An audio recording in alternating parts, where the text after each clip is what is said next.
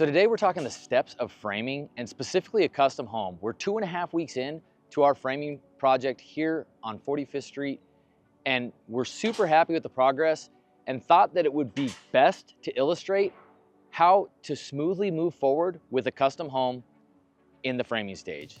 Let's get to it. So in this custom home, we have 4,100 square feet and about 6,500 under roof, which means we have about an additional 1,000 for patios and an additional 1,000 for the garage. And what I want to illustrate here is that we're trying to frame this house in about 4 to 4.5 weeks, which is pretty quick for a custom home of this size. But to make that happen, we have to be able to make sure that 5 steps are completed in a timely fashion to get to the end result that we all want. So the first step usually takes 1 to 2 days, and that is going to be doing our house layout and stamping our approval on all of the little minor items that might need to be addressed prior to ever nailing a piece of wood together on our site. Now this took place, like I said, about 2.5 weeks ago, and our framing company came out a day after slab and started snapping lines to be able to indicate all of our door and window openings for the exterior of the home, as well as placing all of our interior walls to ensure that all of our plumbing was in the appropriate locations and that all of our interior walls and doors were in the appropriate locations so that we can be able to double check this work to ensure high quality control and high efficiency once we actually get framers on site. So let's walk through a few details on the house. Even though we're already framing, I'm going to show you exactly what snapping lines entails. We're in the primary bathroom and we have obviously some plumbing. We have a freestanding tub. We also have a floor mounted drain that will go in this location.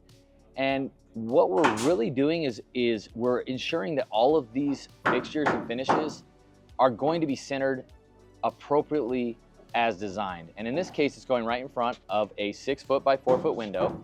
So as you can see here, we're able to mark out exactly what that window opening is, determine header height, so that once it's written on the ground, we can be able to verify on the plan set that it's accurate and that no changes will be needed during the course of framing. So why is this step so important?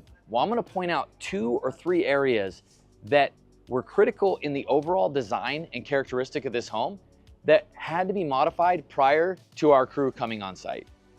The first is in the primary bathroom.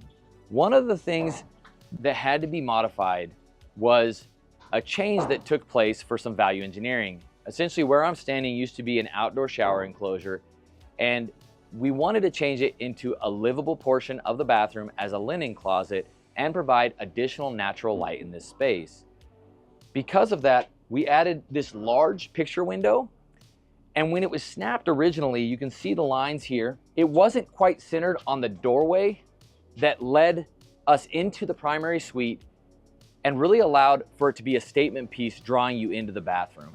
Now, ultimately, this change wasn't a big deal. We moved it over about 7 inches to be able to center it on this opening. However, this would have entailed an additional change order if we would have notated this after framing had already been complete or in process. It would have become a much bigger deal. And so it's very, very important to take the extra day or 2 to ensure that everything's placed appropriately. So the second critical component is to ensure that we actually have the space we need. And in modern design, where we're actually trying to get as much glass as possible, we have a window wall that is in this primary suite. So as you might have captured, one of the biggest items that we're double checking is we're referencing the door and window schedule to our framing package.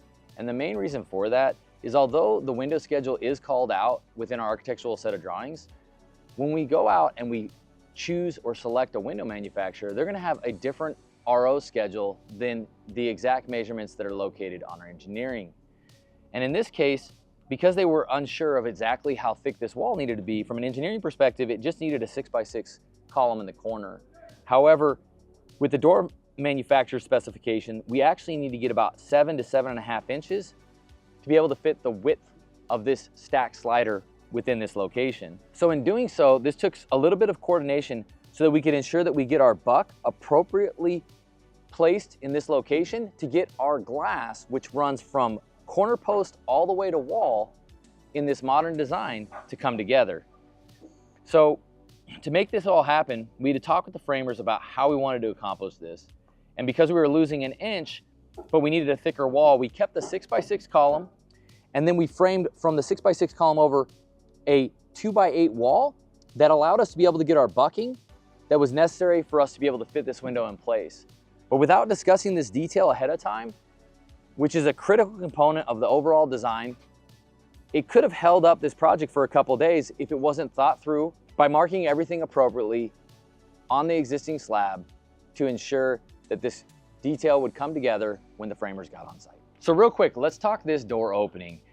One of the things that I love about our framing company is that they're gonna obviously mark the size of our window, they're gonna mark the size or the height of our top plate, and they're also gonna mark what it is for our header beam. But in addition to that, in some of these details, most of our doors are gonna have a bucking, which is usually gonna be a 2x4 buck that allows us to be able to recess that door so that it sits flush within our slab, which will help with creating a better aesthetic, but also appropriate drainage. So what exactly do these marks mean at the edges of the rough opening? Well, one of the things that I love is that they literally mark out what's on the structural plan. So in this case, we have our 2x4, which is a buck for that recessed window. Then we have our 2 trimmers and our 2 king studs. And for those of you that aren't familiar with the framing methodology, let me explain it real quick. We have a 2x6 wall, and our 2x4 is gonna allow for our window to sit back about 1.5 inches and sit flush with our slab, which is a great aesthetic that I highly recommend for anyone that's building a custom home. But then we have 2 trimmers. So what do the trimmers do? Well, the trimmers are gonna be able to support the header, which is located up here. Sometimes it'll be 2 trimmers, sometimes it'll be 3. It'll all be engineered appropriately on our plan set. So essentially these 2 trimmers are holding our beam in place. Our king studs are gonna run from floor to top plate, and they're gonna encase the end of the beam to be able to make sure that that's sandwiched appropriately, it's not moving anywhere, and that it'll be structurally sound for years to come for all of this natural light to flow throughout the home. So as mentioned, on this project, we took 2 days to snap lines, and that gets us to when we're able to bring our crews on site. Lumber's now been delivered while we've been snapping lines, so we're not wasting any time. And it's helped to accelerate our project because now we could be able to frame these large walls. This is the longest wall that we have for our exterior wall, which is over 100 feet. And they're able to easily frame on the slab and have every single opening marked and notated, as mentioned previously, with our trimmers, our studs, our bucking, and making sure that our openings are all located as appropriate for the finished design as well, such as our tub placement that was mentioned in the primary. I'm happy to say that on this project, as well as most of our projects, our framers were humming, and in about 6 days, they had everything ready to the point that we could deliver trusses, which happened earlier this week. So after our exterior walls are framed, there's one major component that's absolutely necessary before we can roll trusses on, and that's gonna be getting all of our beams located in the appropriate locations and strapped off so that when we actually get to the point where we can drop off trusses, we have all of our bearing points in place and we have the structural rigidity we need, that we have a safe environment for all of our framers that'll be working on site. In this particular location, you can see we don't have a lot of just standard lumber studs, 2x6 studs. In this case, we have a glulam beam that runs over a stack slider with transom glass that's gonna allow for tons of natural light to come into this kitchen space. But what you'll find is that on both sides of this beam placement, we're able to rest or pocket it down into our top plate. So what does that mean? Well, our top plate's at 9 feet, and we're gonna have this beam reside at the height of our rough opening for our door, which will allow us to be able to have additional play for our transom glass above. Well, this is one of the simple details. We're able to get a large 8x8 post in place, strap it off, and rest the beam on both sides of our opening. Ultimately, this beam's not going anywhere.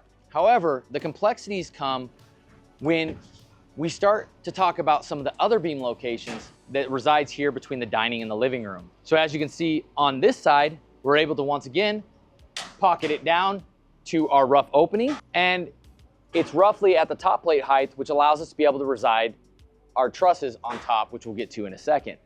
But same thing here, there's not as much structural load that's necessary.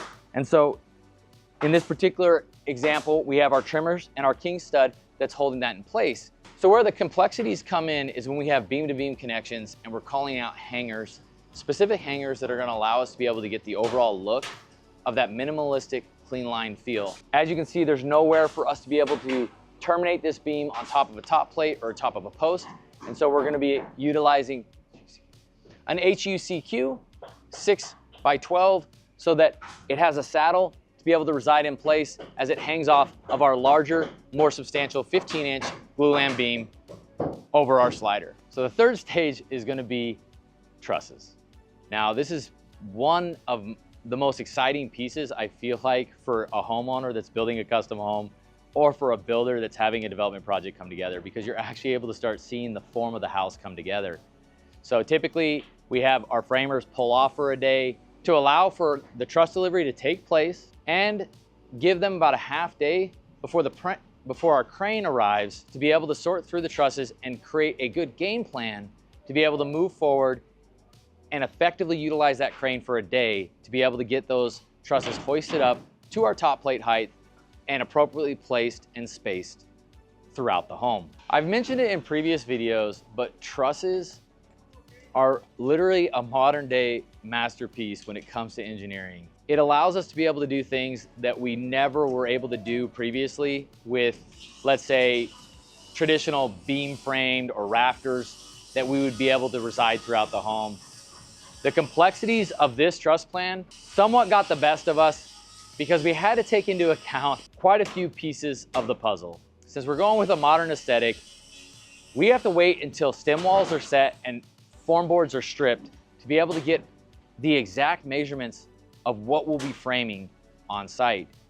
And the main reason for that, with the minimal and no eave details that are becoming much more common, not only in modern design, but also in some of the traditional or modern farmhouses, as well as even a European design that we'll be completing next year for a client not too far from here. The reality is to make this detail come together, you can't just order trusses with an eave detail that allows you to be able to have wiggle room. So let me bring you over to show you exactly what I'm talking about. So here's my example. Ultimately, we have to have these trusses exactly on point. There is no room for error, or else we end up having a ton of additional labor trying to shave off a 1/4 inch or so of a truss if it's not bearing exactly on our 2x6 wall, and allows for our sheeting to go from our stem wall all the way up through our heel on this truss to be able to ensure that we have that clean line available for our stucco detail and our roofing detail to come together. So why do I say that this detail is so much more difficult to achieve? Well, as mentioned, there's not a lot of wiggle room. In short, this creates really tight tolerances for time frames to ensure that we get the trusses approved and that they're accurate and that they're ordered on time so that we don't have a gap between our exterior wall framing and our truss delivery. So we just moved from the exterior wall to some of the interior walls, and I will say that there is a great opportunity with trusses to get a lot of vaults and to get designs, characteristics within a home that you previously couldn't achieve. And not only do we have a zero tolerance that would be on our top plate as seen here, but we also have a parallel cord truss that we need to have laid down into our interior wall. So we have very tight tolerances on the inside of the wall as well to be able to achieve this clear story window with natural light that's going to be coming into the kitchen. Now, there's definitely two ways that we could have done this. The first is we could have parallel cord truss all the way over to our exterior wall, which would have created a vaulted space within our pantry, which we have a closed storage pantry and more of a back kitchen or extension of our kitchen space here.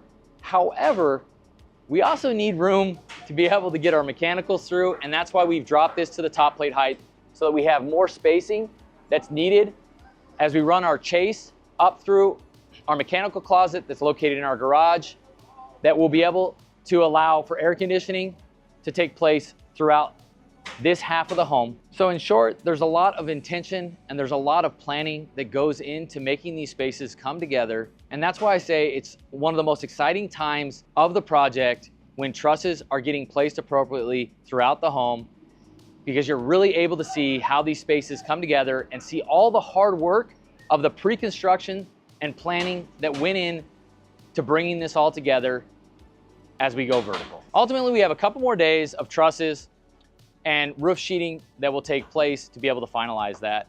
But that really brings us to our next step, which is going to be overframing and hand framing details that are necessary. So we're currently sitting on the back patio, and this back patio is so gracious. It's going to provide a ton of shade, which we really wanted in this design because it's a west-facing lot towards the back. And we have a lot of glass, so we wanted to ensure that we had shaded spaces to make sure that it was energy efficient here in the desert. However, one of the details that we wanted to achieve was a transom window that resides in the kitchen space. And to do that, we had to drop the trusses down inside to be able to get our mechanicals and our systems in place. But we wanted a nice, clean, linear reveal at the face of the patio. And we were able to achieve that by utilizing standard framing, which is typically known as rafters, that are 2x12s that'll be conventionally framing this patio detail in. This will give it a grand feel overall and allow for us to be able to maximize the overall height of the vault. And even though we have a deep patio, allow for maximizing the light potential that comes into the house, which is really gonna make this Scandinavian type design come together. So another area that's not gonna be included in our truss package is gonna be any of the TJIs that we have for some of the exterior patio details. And in this case, we have some structural TJIs that are gonna span between beam and beam that are gonna allow us to have the appropriate slope to be able to cover this area. Once again, get shaded space for our living room, still allowing natural light. But the most important piece is that these are easy, lightweight, structural solution that will allow us to get the patio coverings that we desire in this project. After which, they'll run a 112 pitch with a stringer to allow to get appropriate drainage off of the roof. So really the last step of framing a home is gonna be the interior detailing. So in this case, we're sitting in front of our fireplace wall, and we need to be able to install our unit and then frame the face of our fireplace detail or chase that will run and create a monolithic chimney stack out the top of the roof. Other areas that we actually already got a little bit of a head start with some of our niches. Ultimately, this is gonna be a full linear niche. So we're ultimately going to integrate this into our interior framing portion of the property. And it's really nice when you get some of these details taken care of right up front to ensure prompt completion of your framing and allow you to be able to move on to the next and most critical steps, which is going to be roughing and all of your systems. All right, you're on. So now that we've completed all the details that go into building a custom home, I'm going to break down the 5 steps of how to be able to complete this 6,500 under roof construction in about 4.5 weeks. The first 2 days, we're going to be snapping lines. The next 6 days, we took care of all of the framing for the exterior components of the house and our beams, which allowed us to be able to drop trusses off, which took 1 day. We had our crane out for a 2nd day for trusses to be able to get everything hoisted on the roof and placed in the proper location. We'll end up having about 3 or 4 days to be able to complete the roof line and get all of our sheeting in place. Then for our conventional framing that'll start and to take place during that same time frame, we're going to talk another 3 to 4 days, and then our final details as we're getting ready for strap and shear inspection will take another 2 or 3 days. So now I've covered all the major steps for framing, which entails about 5 steps. I want to talk about how we're able to get that done in 4.5 week time frame. Really, the critical component is taking that 2 days to be able to snap lines and be able to approve all the locations of all of your openings. Then after that, you have about a week to be able to ensure that all of your structural members, your exterior framing details, as well as your beams are in place. Then we move on to trusses, and we have about a week and a half to get our trusses in place and get the rest of the sheeting. Then we allow for about a week and a half to be able to get our trusses on site, hung in place, and the whole shell of the home completed with our sheeting details. After completion of the exterior envelope, we spend about another week taking care of our hand framing and any of the conventional framing that we have within the space. And we wrap up with a couple days to be able to ensure that all of our design details are captured with our soap niches, shelves, or any specialty framing that's going to be needed, such as the fireplace unit that we discussed. Overall, this gives us about 4.5 weeks to be able to get this done. And the key is the preparation and the planning stage. There's a lot of coordination that goes into framing, and if you don't make yourself available, and if your GC doesn't make his team available to the framing company, a lot of times this critical stage can be delayed a lot longer than what is anticipated within the scheduling. It's also important as a homeowner to to spend the time to come out during framing, because this is the opportunity that you have to be able to make changes within your home, to be able to allow you to live your best life once you move in. We appreciate you following along our channel. Please subscribe below, and if you have any questions, DM us at any time. And as always, have a great day.